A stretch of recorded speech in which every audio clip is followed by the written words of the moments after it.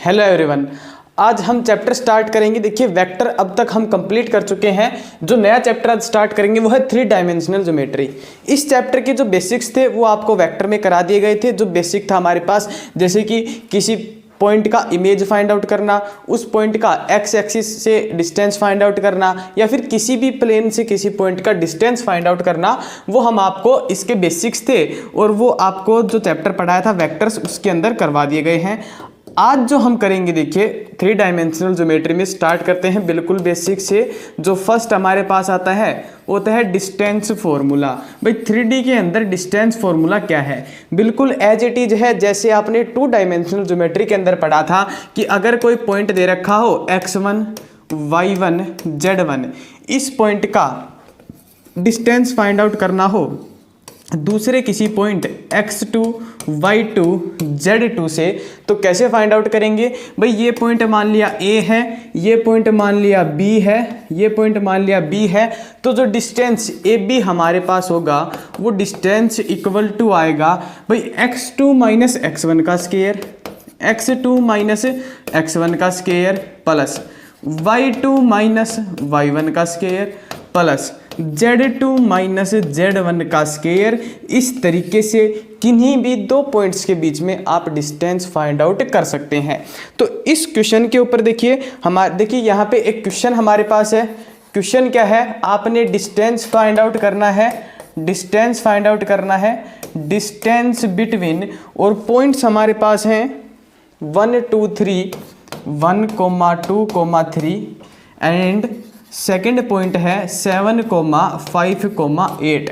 इन दोनों पॉइंट्स के बीच में आपने डिस्टेंस फाइंड आउट करना है। तो आसान सा क्वेश्चन है, कैसे करेंगे भाई? इस क्वेश्चन को करने के लिए हम डिस्टेंस फॉर्मूला अप्लाई करेंगे। तो यहाँ से जो डिस्टेंस हमारे पास आएगा वो आएगा √7 माइनस 1 का स्क्वायर, 7 माइनस 1 का स्क्वायर प्लस 5 माइनस 2 का स्क्वायर प्लस ये 8 है, 8 माइनस 3 का स्क्वायर। ये हमारे पास आ गया √6 का स्क्वायर 36 प्लस 5 में से 2 सब्ट्रैक्ट करा, कितना बचा? 3, 3 का स्क्वायर करा, कितना आया? 9 प्लस 8 में से 3 सब्ट्रैक्ट करा 5, 5 का स्क्वायर हमारे पास हो गया 25। ये आ गया √45 प्लस 25। फाइनल आंसर हमारे पास आया √90। √90 जो था इस क्वेश्चन का आंसर था। इस तरीके से आप किन्हीं भी दो पॉइंट्स के बीच में डिस्टेंस फाइंड आउट कर सकते हैं। नेक्स्ट जो टॉपिक हमारे पास है 3D के अंदर वो है, नेक्स्ट जो टॉपिक है वो टॉपिक देखिए। नेक्स्ट हमारे पास है सेक्शन फॉर्मूला। सेक्शन फॉर्मूला,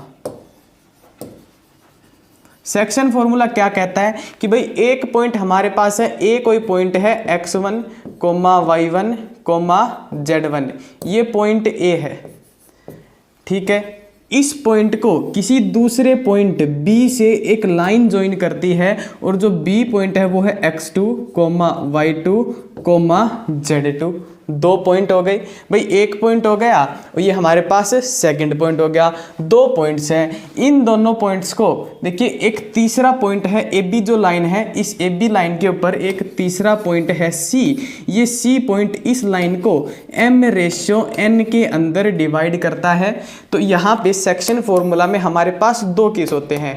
पहला होता है जब ये इंटरनल कट करे, इंटरनल कट करे। जब इंटरनल कट करेगा तो C पॉइंट के कोऑर्डिनेट्स हमसे पूछे जाते हैं। कैसे फाइंड आउट करेंगे? m की मल्टीप्लाई x2 के साथ mx2 प्लस n की मल्टीप्लाई y1 के साथ, सॉरी n की मल्टीप्लाई x1 के साथ nx1 अपॉन नीचे आएगा हमारे पास m प्लस n। ये x कोऑर्डिनेट है C पॉइंट का। इसी तरीके से y कोऑर्डिनेट फाइंड आउट करेंगे। m की मल्टीप्लाई y2 के साथ my2 प्लस n की मल्टीप्लाई y1 के साथ ny1 upon m plus n।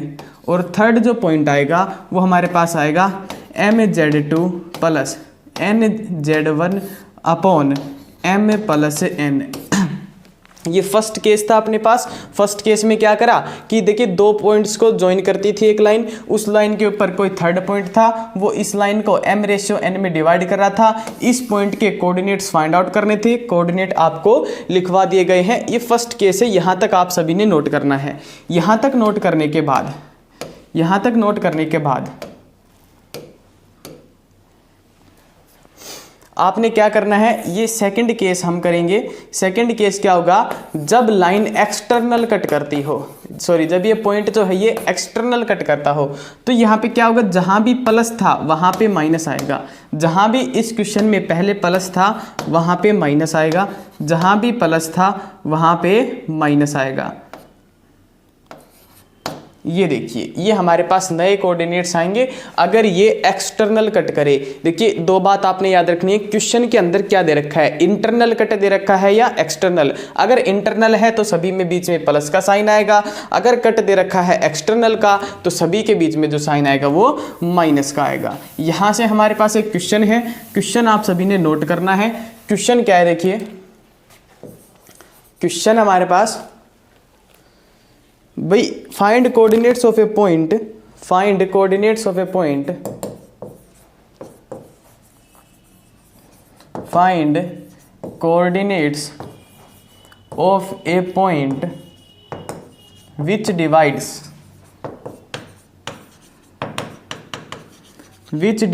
The line joining which divides the line joining. एक कोई पॉइंट है P दे रखा है 1, 2, 3 एंड एक पॉइंट Q है और Q पॉइंट के जो कोऑर्डिनेट्स हैं वो है 5, -2, 3। ठीक है भाई, find coordinates of A point which divides the line joining point P and Q internally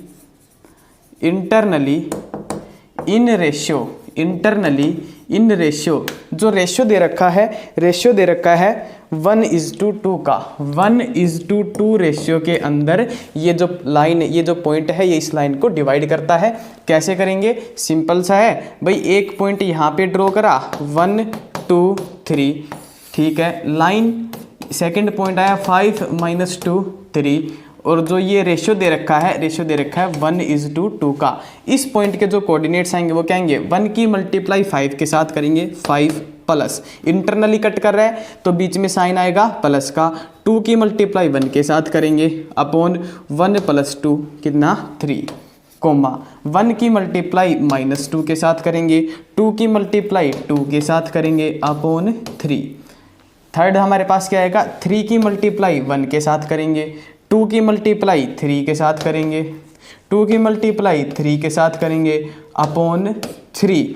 यहाँ से जो वैल्यूज़ आएंगी वो वैल्यूज़ मैं इधर लिख देता हूँ, 5 + 2/3 यानी कि 7/3, वहाँ से आएगी 2/3। जो थर्ड हमारे पास वैल्यू आएगी वो आएगी 3, 7/3, 2/3 और थर्ड हमारे पास वैल्यू आएगी 9/3, 9/3 को हमने लिख दिया 3। ये इस पॉइंट के कोऑर्डिनेट्स थे। इस क्वेश्चन को आप आसानी से सोल्व कर सकते थे। ये बस एग्जाम्पल के लिए था कि सेक्शन फॉर्मूला से आपके पास किस तरीके का क्वेश्चन आ सकता है। नेक्स्ट जो टॉपिक है हमारे पास, नेक्स्ट टॉपिक हमारे पास आता है ट्राइंगल का।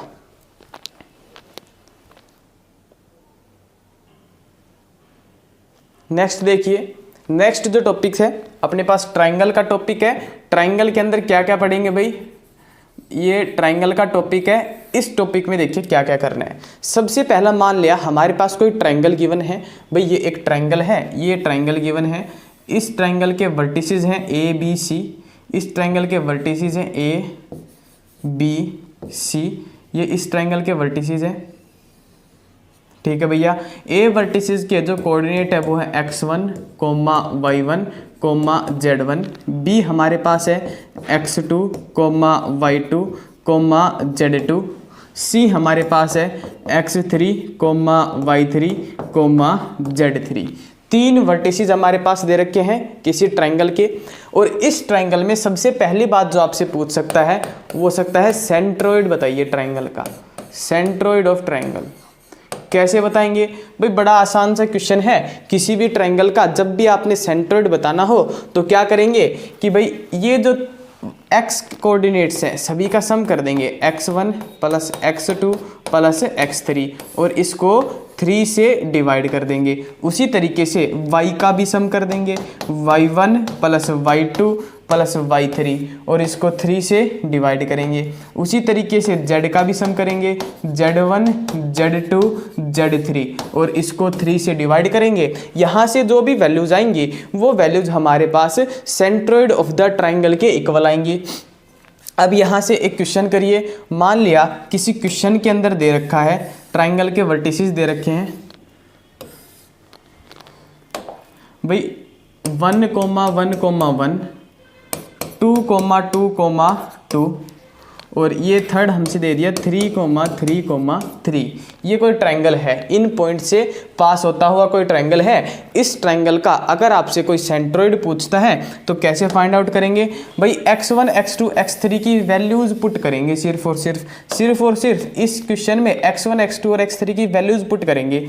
तो x1 की वैल्यू 1, x2 की वैल्यू 2, x3 की वैल्यू 3, इधर से भी आएगा 1 + 2 + 3, इधर से भी आएगा 1 + 2 + 3। ये हमारे पास आया 6/3 को लिख सकते हैं 2, यहाँ भी आया 6/3 इसको लिखेंगे 2, यहाँ भी आया 6/3 इसको भी लिखेंगे 2। तो ये जो ट्रायंगल थी, इस ट्रायंगल का जो सेंट्रोइड आया वो आया 2,2,2। ये पॉइंट है, ये इस ट्रायंगल का सेंट्रोइड है। देखिए आप लोगों ने ट्रायंगल के फिगर के ऊपर नहीं जाना कि किस तरीके का ट्रायंगल मैंने यहाँ पे ड्रॉ करा है। अगर आप उस तरीके से देखेंगे तो इस क्वेश्चन में आपको कुछ गड़बड़ महसूस हो सकती है। आपने बस ये देखना है कोई ट्रायंगल थी, उस ट्रायंगल के 3 वर्टिसेस हमें दे रखे थे और हमने उसका सेंट्रोइड फाइंड आउट करना था। तो इस तरीके से उसका हमने सेंट्रोइड फाइंड आउट करा। इसके अलावा आपको ट्रायंगल के अंदर क्या मिल सकता है भाई, आपसे पूछ सकता है एरिया ऑफ ट्रायंगल बताइए। फर्स्ट टॉपिक हमने करा centroid of triangle, centroid of triangle. Second जो टॉपिक हमसे ट्रायंगल के अंदर पूछ सकता है वो पूछ सकता है एरिया ऑफ ट्रायंगल बताइए। अब ट्रायंगल का एरिया किस तरीके से बताएंगे, मान लिया ये कोई ट्रायंगल है, ये कोई ट्रायंगल है, ट्रायंगल ये इसके वर्टिसेस हैं ए बी और सी। किसी भी ट्रायंगल का जब आप लोगों ने एरिया फाइंड आउट करना है तो कैसे करेंगे, ट्रायंगल का एरिया होता है 1/2 modulus of magnitude of A B की क्रॉस ए सी के साथ, ए बी की क्रॉस ए सी के साथ। भाई इस ट्रायंगल का ये आपको देखिए ए बी जो लाइन है, इस लाइन का आपको वेक्टर मिलेगा। उसी तरीके से जो ए सी लाइन है, इस लाइन का भी वेक्टर मिलेगा।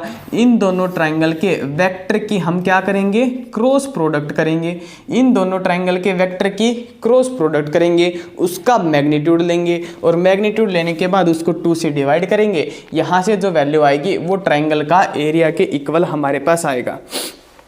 यहाँ से एक क्वेश्चन देखिए, थोड़ा सा आपको क्वेश्चन से अच्छा समझ में आएगा कैसे करना है। कोई ट्रायंगल है ए बी सी, कोई ट्रायंगल है, इस ट्रायंगल के वर्टिसेस हमें दे रखे हैं 1,1 1,1,1।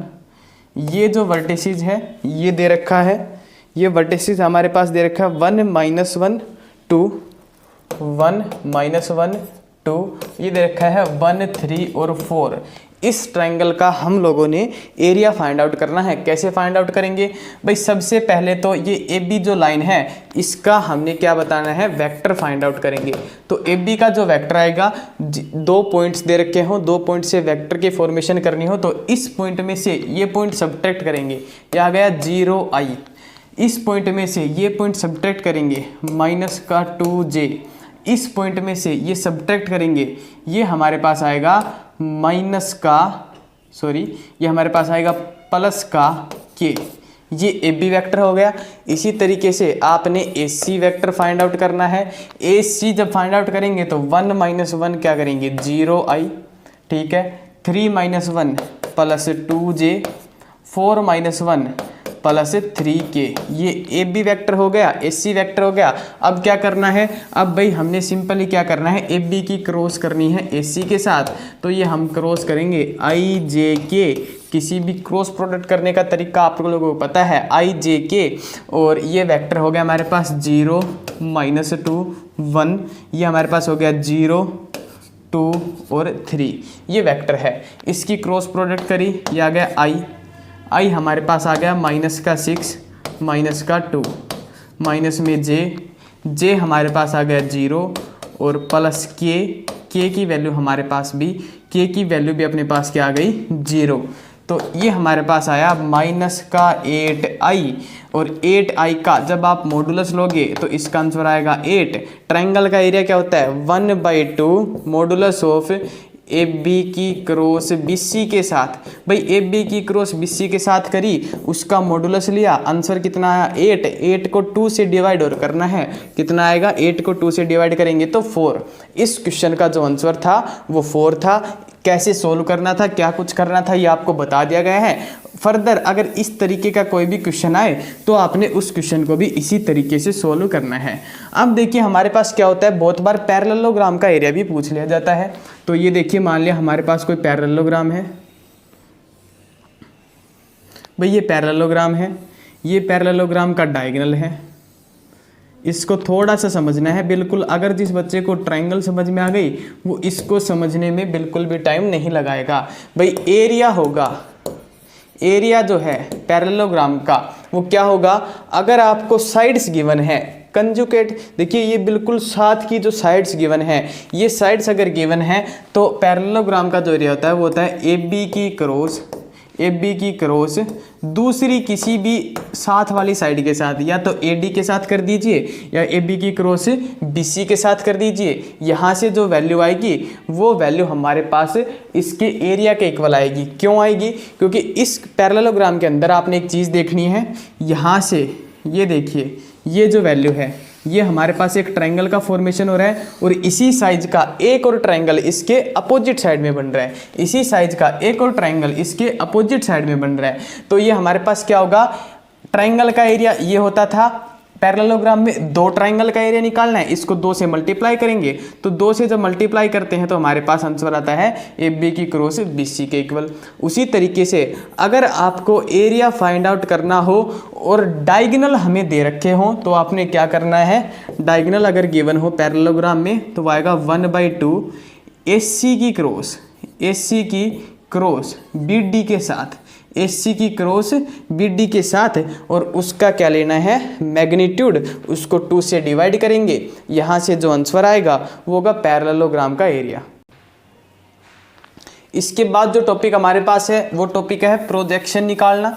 अब बात करते हैं, जब 3D की बात करें तो लाइन और प्लेन को भी पढ़ना जरूरी है। तो सबसे पहले हम शुरुआत करते हैं लाइन की इक्वेशन से कि भाई जो स्ट्रेट लाइन है उसके इक्वेशन क्या होता है। Straight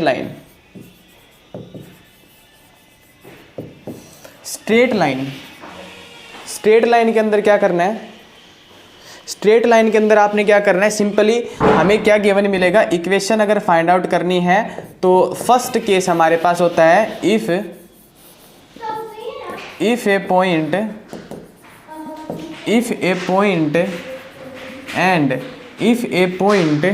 and direction ratios are given. अगर किसी लाइन का हमें पॉइंट दे रखा है और उसके डायरेक्शन रेशियोज दे रखे हैं तो कैसे फाइंड आउट करेंगे, सिंपल सी इक्वेशन आएगी। मान लिया पॉइंट जो दे रखा है वो दे रखा है x1, y1, z1, direction ratios जो दे रखे हैं वो दे रखा है a, b और c। तो लाइन की जो इक्वेशन होगी हमारे पास होगी x minus x1 is equal to y minus y1 is equal to z minus z1, और सभी के अपॉन में a, इसके अपॉन में b, इसके अपॉन में c।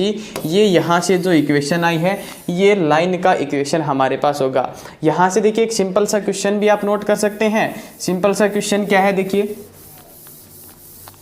Find equation of a line, question note करें, find equation of a line, किसी लाइन की इक्वेशन फाइंड आउट करें which passes through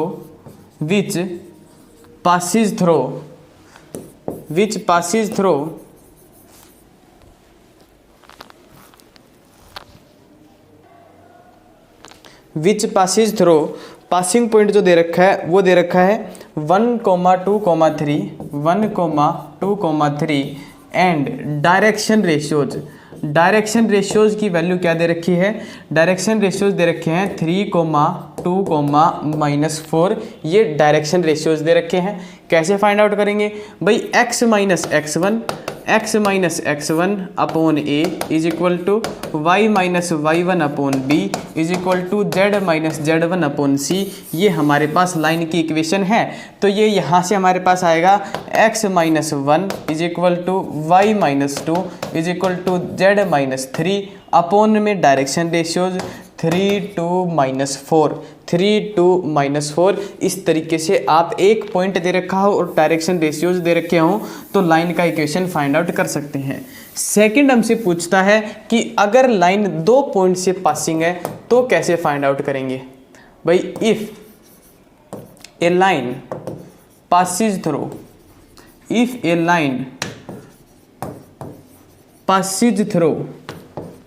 x1, y1, z1 and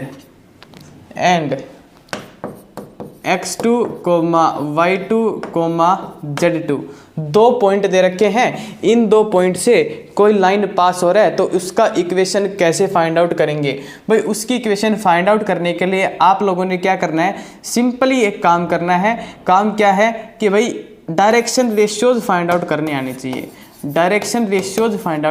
चाहिए। 2 पॉइंट से डायरेक्शन रेशियो कैसे निकालेंगे, सेकंड पॉइंट में से फर्स्ट पॉइंट को सब्ट्रैक्ट करेंगे तो ये आएगा x2 माइनस x1। उसी तरीके से सेकंड पॉइंट में से y2 में से y1 को सब्ट्रैक्ट करा और z2 में से z1 को सब्ट्रैक्ट करा तो ये हमारे पास डायरेक्शन रेशियोज हो गई। अब ये डायरेक्शन रेशियोज हो गई तो इक्वेशन क्या आएगी, x minus x1 y minus y1। Equation हमारे पास हो गई x minus x1 y minus y1 z minus z1 upon, इसके अपॉन में क्या आएगा भाई, डायरेक्शन रेशियोज करते थे a b c करते थे, इस बार डायरेक्शन रेशियोज की वैल्यू ये हो गई तो ये वैल्यूज लिख दी, x2 minus x1 y2 minus y1 z2 minus z1। यहाँ से हमारे पास जो है ये आ गया इस लाइन का इक्वेशन, ये आ गया इस लाइन का इक्वेशन। इस तरीके से आप फाइंड आउट कर सकते थे। इधर से भी एक क्वेश्चन कर लेते हैं, इधर से भी एक क्वेश्चन कर लेते हैं। पॉइंट्स चेंज करने हैं बस। पॉइंट क्या आएंगे, पॉइंट हमारे पास है 1, 2, 3। पॉइंट हमारे पास है 1, 2, 3 और सेकंड जो पॉइंट दे रखा है, वो दे रखा है 3, 5, -1। 2 पॉइंट हैं, इन दोनों पॉइंट से कोई लाइन पास होती है, उस लाइन की इक्वेशन फाइंड आउट करनी है। कैसे करेंगे, x minus x1 y minus y1 z minus z1 ये आ गया अपॉन x2 माइनस x1 यानी कि 3 में से 1 सब्ट्रैक्ट करा क्या बचा 2, 5 में से 2 सब्ट्रैक्ट करा 3, -1 में से -3 सब्ट्रैक्ट करा -4। ये हमारे पास इस लाइन की इक्वेशन आ गई। काफ़ी आसान सा क्वेश्चंस होते हैं, काफ़ी आसानी से आप लोग फाइंड आउट कर सकते हैं। अगर 2 पॉइंट्स का इक्वेशन आप लोगों को गिवन है और आप लोगों ने फाइंड आउट करना है कि भाई उस लाइन की इक्वेशन फाइंड आउट करनी है, 2 पॉइंट्स गिवन हैं तो इस तरीके से आप फाइंड आउट कर सकते हैं। ये तो बेसिक्स थे, बिल्कुल स्ट्रेट लाइन की इक्वेशन वगैरह थी। और अब जो नेक्स्ट वीडियो है, नेक्स्ट वीडियो के अंदर हम करेंगे कि स्ट्रेट लाइन के बीच में एंगल किस तरीके से फाइंड आउट करते हैं, उसके अलावा कि किसी लाइन का किसी दूसरी लाइन के ऊपर प्रोजेक्शन किस तरीके से करेंगे, तो वो सब चीज़ें जो है वो नेक्स्ट वीडियो में करेंगे। तब तक के लिए आप लोग देखिए अपनी तैयारी को जो है वो बिल्कुल सीरियस लेकर के चलिए और आपने मैक्सिमम जो है क्वेश्चंस का प्रैक्टिस करना है। यहाँ पर आपको कुछ क्वेश्चंस ही कराए जा सकते हैं, सभी क्वेश्चंस हम आपको नहीं करा सकते। तो आपने क्या करना है, क्वेश्चंस की प्रैक्टिस करनी है। मेन जो क्वेश्चंस हैं, जो मेन टाइप है वो हम आपको यहाँ पे करा सकते हैं। Thank you. जय हिंद, जय भारत।